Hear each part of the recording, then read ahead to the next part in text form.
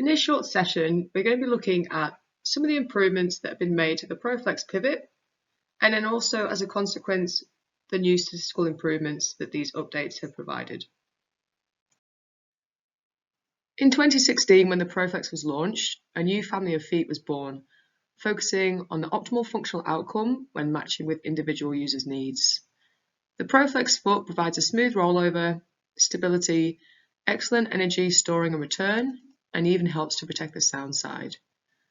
Over the last few years, the family has been expanded with a higher active ProFlex XC and the low-profile ProFlex LP.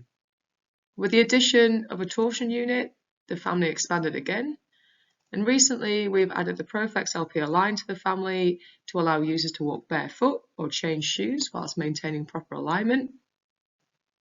And the ProFlex has been updated to improve durability, and in order to differentiate the name from the rest of the ProFlex family, the ProFlex has been renamed the ProFlex Pivot.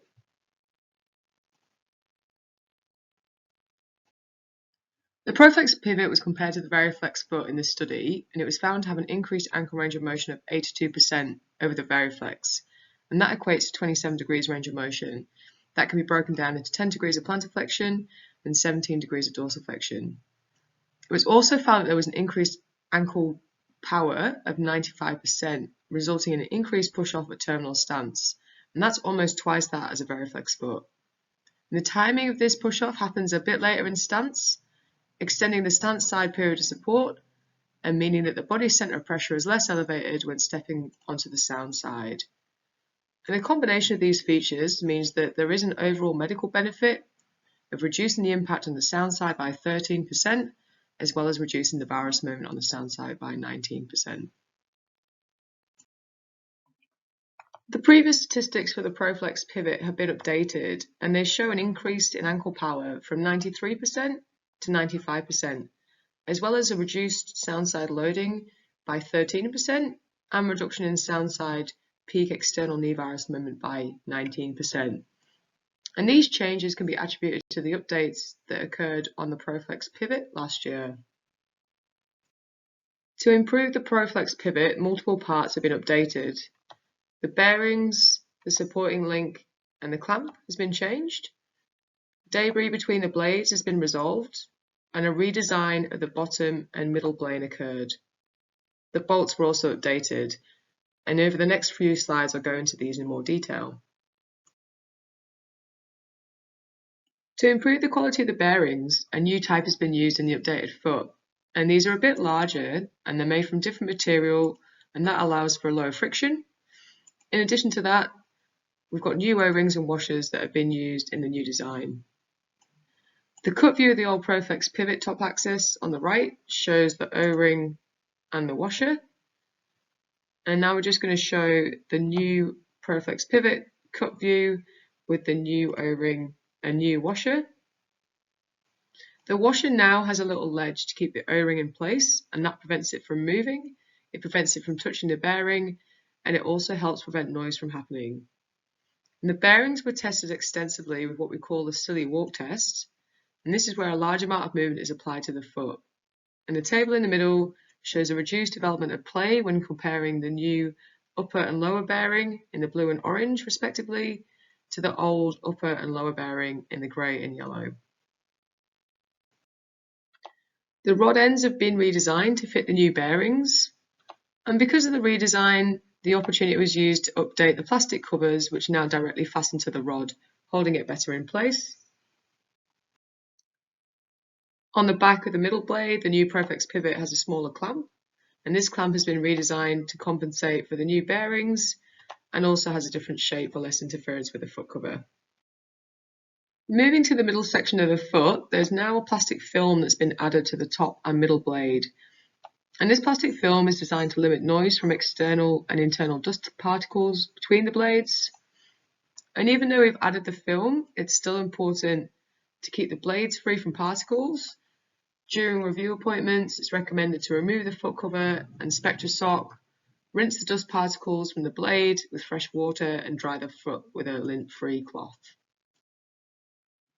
The shape of the bottom blade has also changed, and in addition to this update being applied to the ProFlex pivot, It's also been implemented to the rest of the Proflex family, including the Proprio foot and the Proflex LP Align. The shape of the toe area is changed to remove stress concentration points, and this can be seen on the new shape with smoother curves to the cut lines. Mechanical testing shown that this has improved the durability significantly. The middle blade has also changed, with the cut line now increased in length, and that reduces stress at the end of the cut and has also improved the durability. Finally, the heel bolts and washers have been redesigned. The different shape of the new washer leads to better clamping of the carbon, as well as less interference with small sizes of foot covers.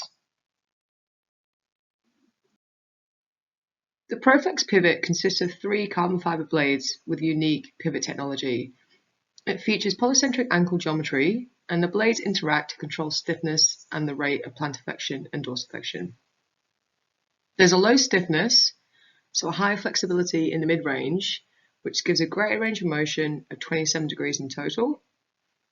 And there's also a high stiffness and terminal stance to pre-swing, and this assists in propulsion, creating a very powerful push-off that's almost twice that as a Veriflex. And what makes this foot stand out is that it's delivering significantly increased range of motion, whilst also providing a very powerful push-off with a physiological progression to the center of pressure without hydraulics or microprocessor technology. The range of motion in the foot can be really seen on slopes, where the lowest stiffness and early stance helps to reduce socket pressures on the residual limb during slope ascent and descent.